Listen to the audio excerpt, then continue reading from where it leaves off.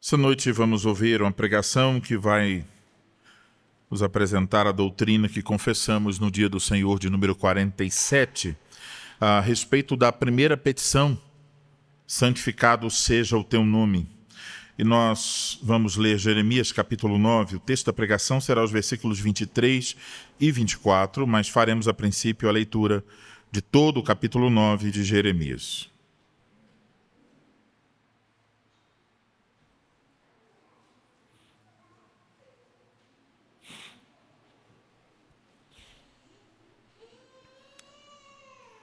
Jeremias capítulo 9. Enquanto fazemos a leitura, procurem observar especialmente a ideia da falta de conhecimento do povo. Eles não conhecem a Deus. Isso é repetido algumas vezes. Procure observar quando isso acontecer. Assim diz a palavra do Senhor. Prouvera a Deus a minha cabeça se tornasse em águas e os meus olhos em fonte de lágrimas. Então choraria de dia e de noite os mortos da filha do meu povo. Prouvera a Deus eu tivesse no deserto uma estalagem de caminhantes. Então deixaria o meu povo e me apartaria dele, porque todos eles são adúlteros, são um bando de traidores. Curvam a língua como se fosse o seu arco para a mentira.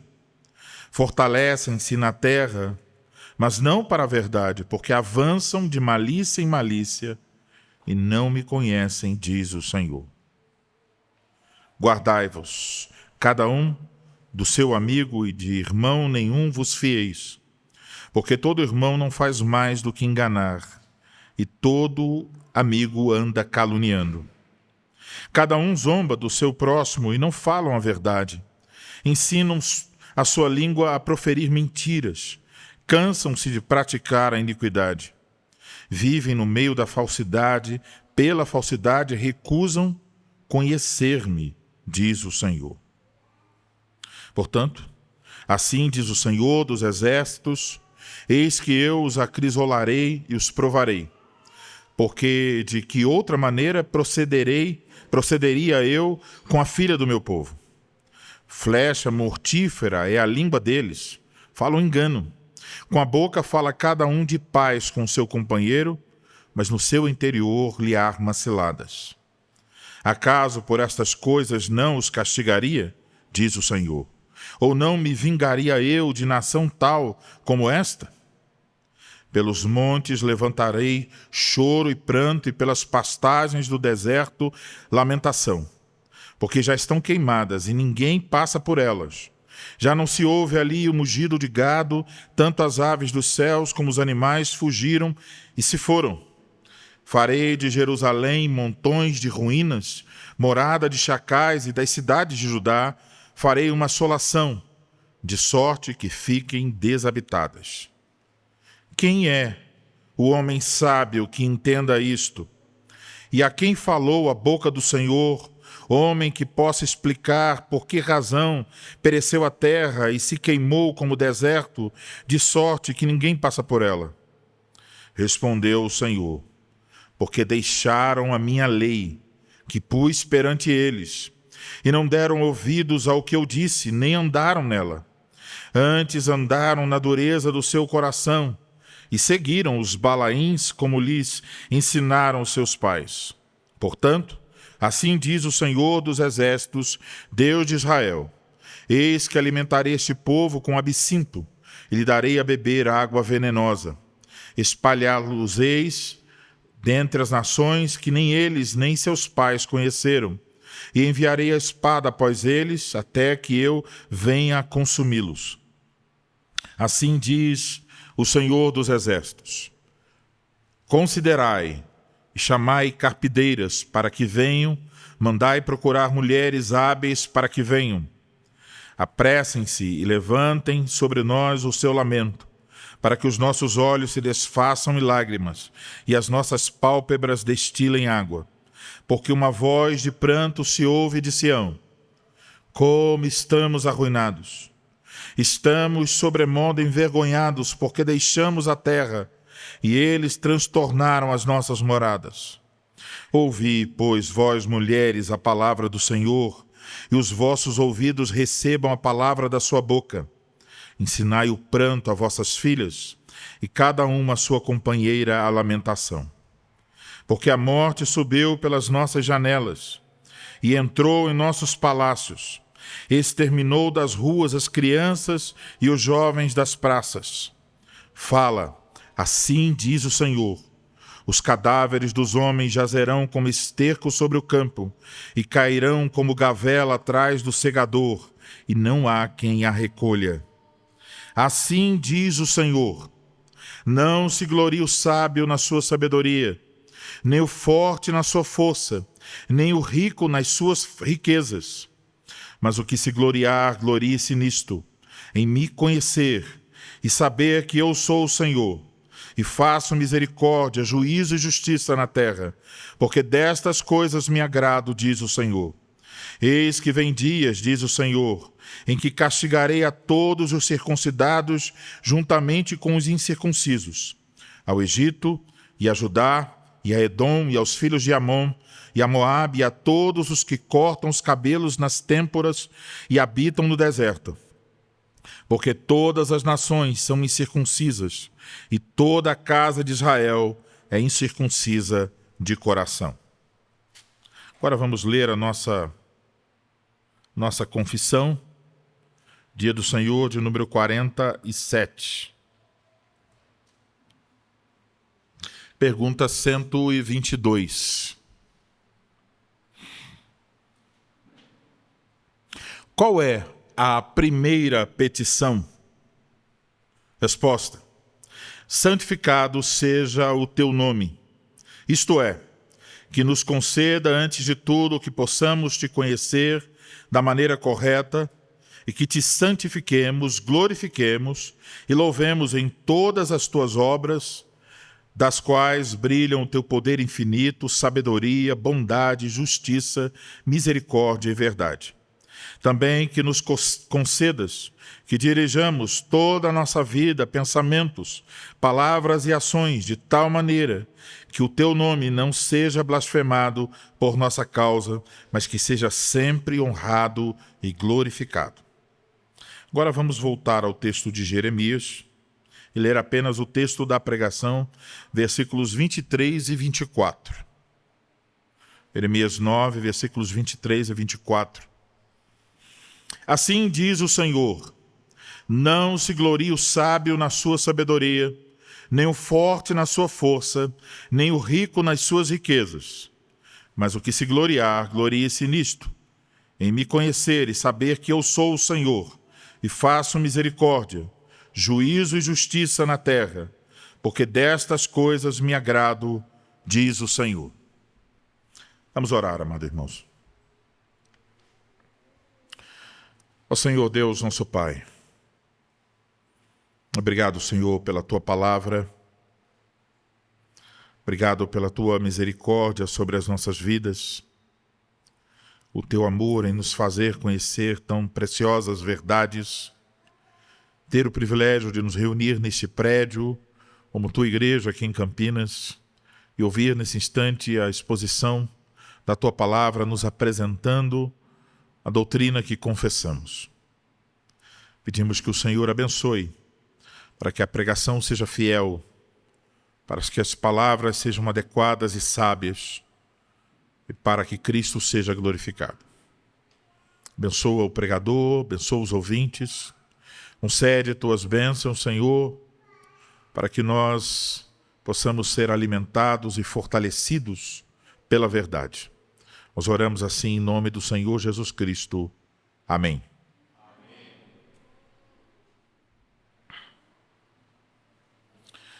Amados irmãos, nos últimos domingos nós temos aprendido sobre a oração que o Senhor Jesus nos ensinou, a oração chamada de Pai Nosso. E depois de 2 domingos que serviram como introdução ao tema da oração, nós finalmente chegamos à primeira das 6 petições que nós encontramos nesta oração.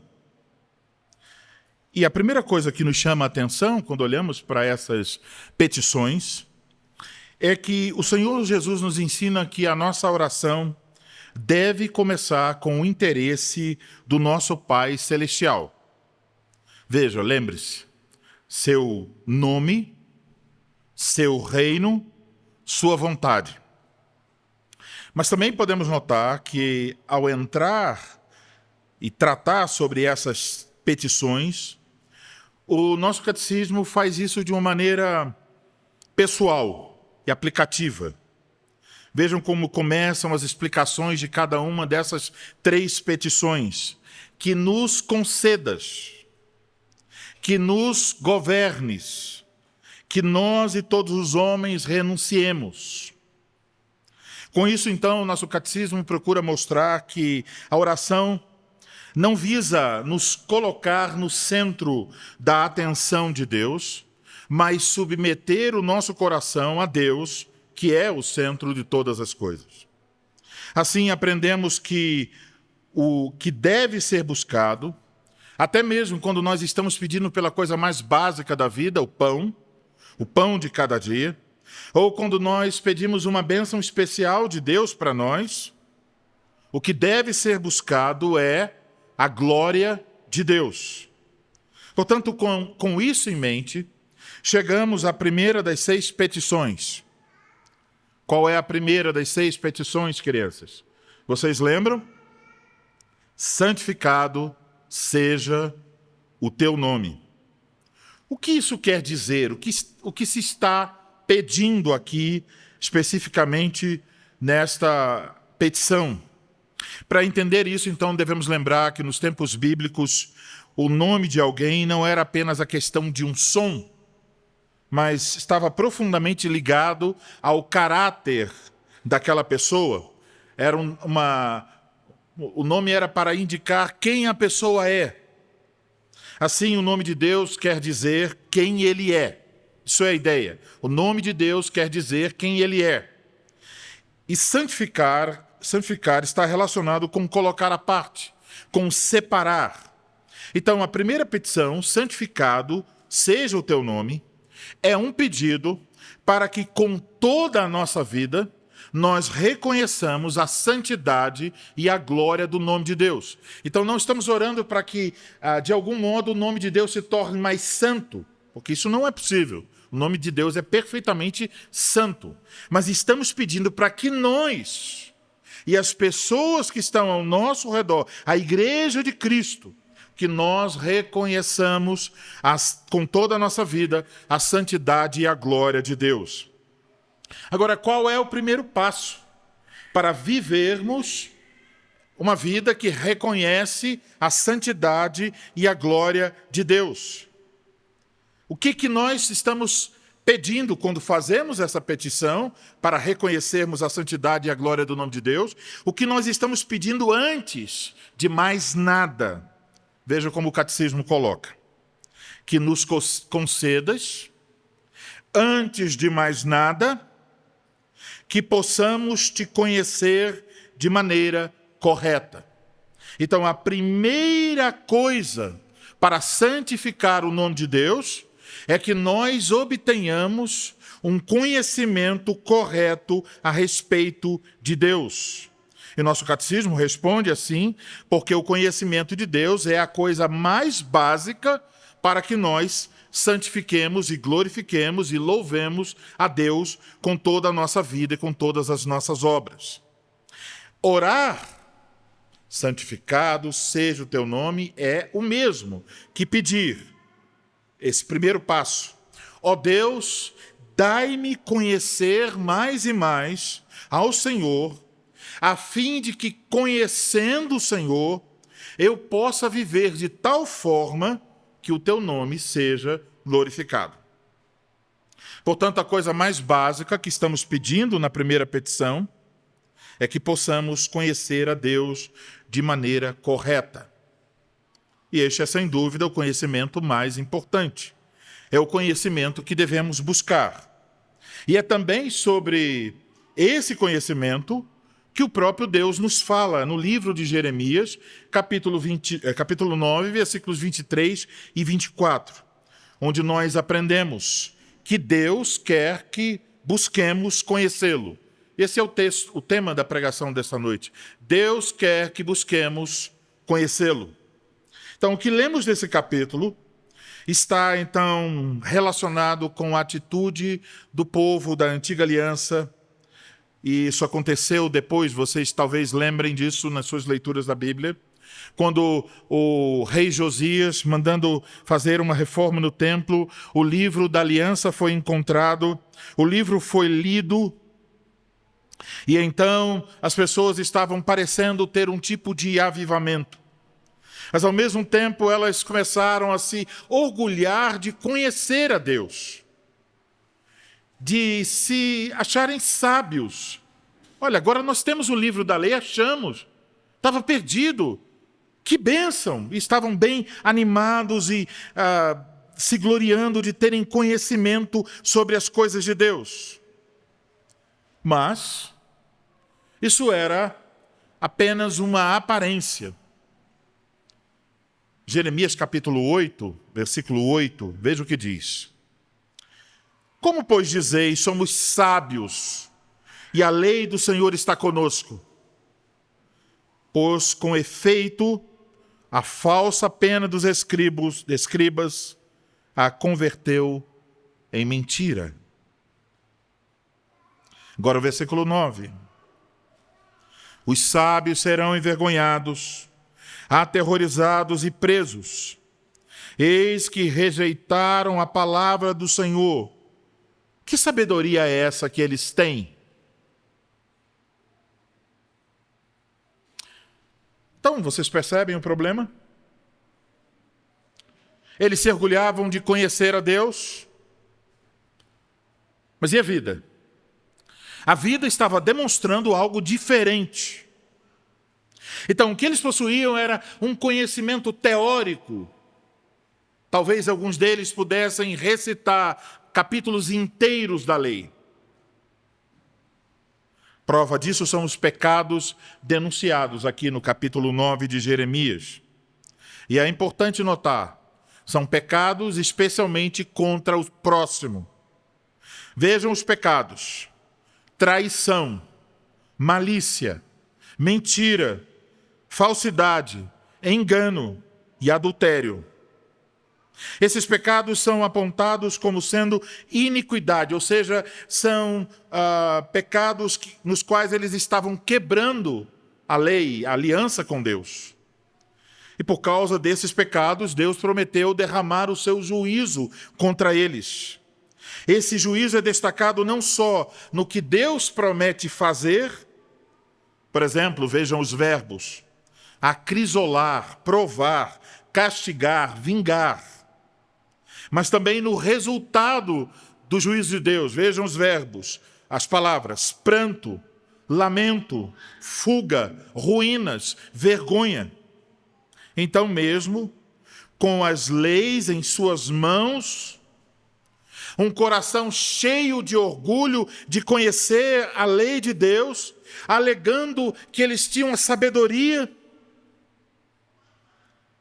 seus pecados uns contra os outros mostravam que eles não eram sábios, mas insensatos. E essa insensatez aqui é descrita como falta de conhecimento de Deus. Capítulo 5 de Jeremias, versículo 21, veja em sua Bíblia. Capítulo 5, versículo 21. Ouvi agora isto, ó povo insensato e sem entendimento, que tendes olhos e não vedes, tendes ouvidos e não ouvis. Colocando de outra forma, eles tinham o sinal exterior, a circuncisão, eles tinham a lei em suas mãos, mas como diz o texto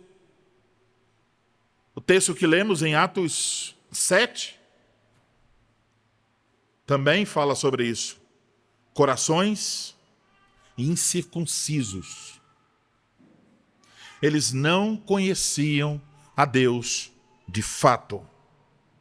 Por isso o nosso texto diz: não se gloriem, não se gabem, não se orgulhem. E eles, especialmente, estavam se orgulhando de 3 coisas. São 3 coisas muitas vezes somos tentados a colocar a nossa confiança nessas coisas. Primeira, sabedoria. Segunda, força. Terceira, riquezas. A sabedoria aqui está ligada a conhecer as coisas, a ter compreensão, conhecimento, em saber como aplicá-las. Tem relação com aquilo que um homem é. A segunda coisa é força. Está ligada à ideia de um homem valente. Alguém que se gaba de força, de coragem. Tem relação com os feitos corajosos de um homem. A terceira, riquezas, refere-se, obviamente, às posses de alguém. Tem relação com o que o homem tem. Então o Senhor diz ao seu povo: vocês não devem se orgulhar dessas coisas. Vocês não devem colocar sua confiança naquilo que vocês acham que são, naquilo que vocês fazem, naquilo que vocês têm. Essas coisas não são importantes. Então, o que realmente importa? Qual é a coisa mais importante para alguém que vive dentro da aliança com Deus? Deus diz: o que importa é me conhecer. O conhecimento aqui não é, obviamente, um conhecimento meramente intelectual, porque esse conhecimento eles tinham. Os israelitas, no tempo de Jeremias, possuíam tanto conhecimento que até se orgulhavam desse conhecimento. Vocês percebem? Eles estão orgulhosos de conhecimento e Deus está dizendo: vocês são tolos. Isso que vocês estão fazendo é tolice. O conhecimento sobre o qual nos fala o texto é outro conhecimento, não esse conhecimento intelectual, mas um conhecimento pessoal de Deus, da aliança, um conhecimento que envolve um relacionamento com Deus. Veja versículo 24. Mas o que se gloriar, glorie-se nisto, em me conhecer e saber que eu sou o Senhor, e faço misericórdia, juízo e justiça na terra, porque destas coisas me agrado, diz o Senhor. Podemos ler aqui: em me conhecer e saber que eu sou Yahvé. O nome de Deus que está aqui aponta então para a sua aliança com o seu povo. Isso também é ressaltado quando ele diz: eu faço misericórdia, juízo e justiça na terra. Essas 3 palavras, misericórdia, juízo e justiça, são as palavras usadas no contexto do Pentateuco para falar da aliança de Deus com o seu povo. Por exemplo, a palavra misericórdia que nós temos aqui em Jeremias 9, 24, a palavra misericórdia é uma palavra que é usada na Bíblia para falar do amor pactual de Deus, do amor constante e fiel de Deus pelo seu povo. Portanto, essas palavras que são usadas aqui por Jeremias são palavras para lembrar da fidelidade pactual de Deus, para lembrar do amor e da bondade de Deus, para dizer que Deus ama seu povo e, ao mesmo tempo, dizer que Deus trará juízo sobre os violadores do pacto que desprezam a sua palavra. Então, temos um contraste entre a fidelidade pactual de Deus e o contexto que aponta para a infidelidade pactual do povo. Então, mesmo ao prometer derramar esse juízo sobre o povo, que se mostrava infiel ao pacto, mesmo em meio ao juízo, a misericórdia de Deus se revela, dizendo: não se gloriem nessas coisas, mas se gloriem em me conhecer. O Senhor revela também que são essas coisas, misericórdia, justiça e juízo, que o agradam. Então temos um contraste entre aquilo que os homens buscam, Não é acidental que temos três coisas. Os homens buscam três coisas.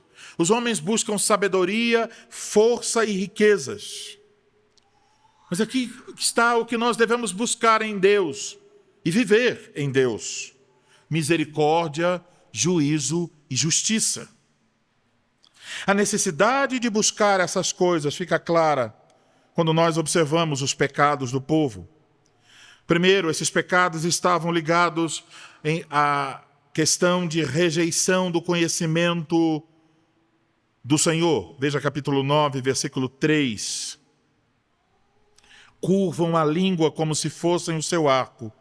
Para a mentira fortalecem-se na terra, mas não para a verdade, porque avançam de malícia em malícia. Então diz: e não me conhecem, diz o Senhor. Agora, versículo 6. Vivem no meio da falsidade. Pela falsidade recusam conhecer-me, diz o Senhor. Essa rejeição ao conhecimento do Senhor, nesse contexto, está ligada à forma como eles estavam tratando uns aos outros. A rejeição ao próximo é uma rejeição à palavra de Deus, porque Deus diz: você tem que amar o seu próximo. Então, quando você rejeita o seu próximo, quando você não cumpre o que Deus ordena a respeito do seu próximo, você está rejeitando a palavra de Deus. E quando você rejeita a palavra de Deus, Deus diz: você não quer me conhecer. Você não quer nada comigo. Então, o chamado do Senhor ao seu povo é para que o conheçam e, conhecendo, busquem aquilo que lhe agrada. Então, meus amados irmãos, de fato, nós devemos tomar muito cuidado, pois nós podemos cometer exatamente o mesmo erro dos israelitas. Nós poderíamos nos orgulhar de possuir conhecimento da palavra de Deus. Talvez podemos nos orgulhar de ter uma herança reformada tão preciosa, uma teologia tão preciosa. Mas vocês percebem? Podemos ter tudo isso e ter, no final, um coração endurecido que rejeita o conhecimento do Senhor. Você pode chegar até a minha casa e dizer: olha, quantos livros! Rapaz, esse homem deve ler muito. Ele deve ter muito conhecimento. Mas o que adiantaria isso? Se nós rejeitamos o conhecimento pessoal e vivo que Deus nos oferece. Podemos, com Bíblias nas mãos e teologia na cabeça, ainda não passarmos de insensatos. Essa é uma coisa assustadora sobre isso. Pensa de novo. Bíblia nas mãos, teologia na cabeça, mas Deus olha e diz: tolo, tola, insensato, insensata. Então, óbvio, Deus não quer isso para nós. Deus não quer que nós tenhamos um mero conhecimento intelectual a respeito dele. Sim, nós precisamos aprender o que a Bíblia diz sobre Deus. Sim, é importante que tenhamos bons livros. Compre bons livros, leia bons livros. Eles nos ajudam a entender esses assuntos a respeito das Escrituras e a respeito do próprio Deus. Mas o problema não é ter livros. O problema não é ler muitos livros. O problema é parar aí. É achar que alcançamos só de ler. É preciso ir além disso. E como nós fazemos isso? É aqui que o texto de Jeremias e a nossa confissão vão se encontrar. Quando é que nós devemos buscar a Deus E aí faremos isso não só com os olhos nos livros, mas também com os joelhos no chão. Entende? Não só com os olhos nos livros, mas com o joelho no chão. É isso que a oração do Senhor Jesus nos ensina. Santificado seja o teu nome. Estamos orando, ó Senhor, me dá conhecer o Senhor de maneira correta. Eu quero mais. Se você lê e não ora, você corre o risco de ter um conhecimento teoricamente correto, mas na prática ele não se torna correto. Então essa deve ser a nossa oração. E aí pergunto a vocês têm orado assim? Vocês têm clamado pelo conhecimento de Deus? Isso é parte das suas petições? Que você conheça mais a Deus?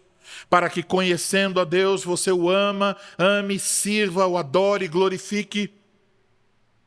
Se nós queremos corações sábios, este é o caminho, conhecer o Deus da aliança, o Deus que se revelou em Cristo Jesus. Sim, na vida e na morte do Senhor Jesus Cristo, Deus nos tem dado a conhecer sua misericórdia, sua justiça, seu juízo. Tudo isso se cumpre na pessoa de Cristo. Também em Cristo conhecemos a fidelidade pactual de Deus, seu amor fiel por nós. Deus nos dá a conhecer a sua vontade, o seu nome, nos dá a conhecer o seu próprio Filho, que nos revela quem é Deus. Mas Deus deseja que nós o conheçamos mais e mais. E este é o conhecimento que realmente importa, o conhecimento que deve ser buscado. Então essa questão deve ser um tema das nossas orações. Aquele que tem conhecido a Deus por meio de Cristo Jesus precisa ter esse desejo de conhecer mais e mais a este Deus misericordioso. Deve ter o desejo por conhecimento verdadeiro. E por isso mesmo, não só se voltará para as Escrituras e os bons livros, mas se voltará a Deus em oração. E amados, é certo que se pedirmos essa boa dádiva ao nosso Pai Celestial, Ele nos concederá dia a dia mais e mais o que nós precisamos.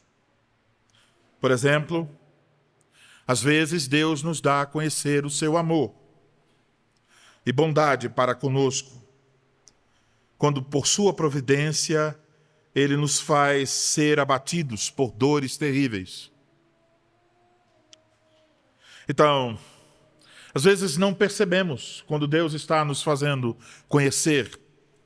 Às vezes não entendemos quando Deus está dizendo: ei, você quer me conhecer? Você orou pedindo para me conhecer. Eu vou fazer você me conhecer pelos aspectos da minha providência. Pergunta aos irmãos: quando é que nós podemos provar com mais sabor, com mais alegria, o consolo que nós temos em Cristo? Quando é que esse consolo fica mais doce? Senão quando os nossos lábios estão mais amargos. Senão quando estamos com lágrimas em nosso rosto.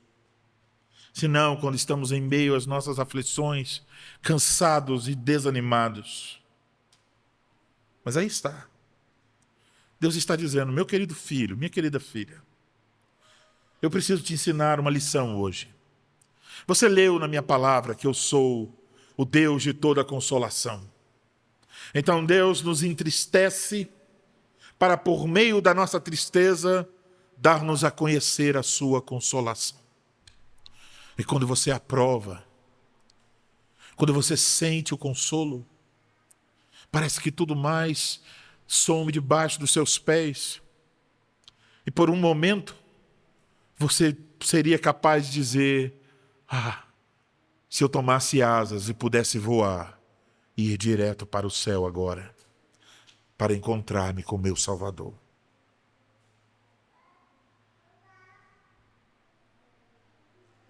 Então, quando pedimos para conhecer mais a Deus, devemos estar prontos para o trabalho do oleiro. Vocês sabem, crianças, o que é o oleiro?